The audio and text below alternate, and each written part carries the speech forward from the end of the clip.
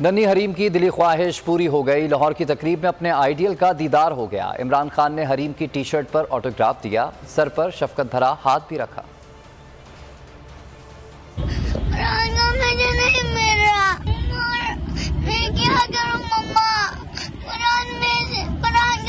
मिलता ही नहीं है। मैंने मेले पे बार बार आ जाऊं, वो टीवी पे अपने आगू को दिखाता है। मैं मेले पे आया हुआ हूँ, वो फटाफट चले जाते हैं। इमरान खान आई लव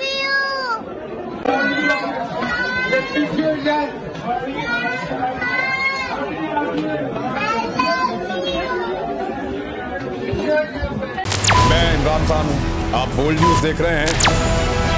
सबसे बड़ा चैनल बोल, सबसे बड़े एंकर इमरान रियाज खान के प्रोग्राम इमरान खान बोल के साथ ने रेटिंग के तमाम रिकॉर्ड तोड़ दिए। 56% नाज़रीन ने बोल न्यूज को देखा। सोशल मीडिया पर भी सबने ज्यादा देखा।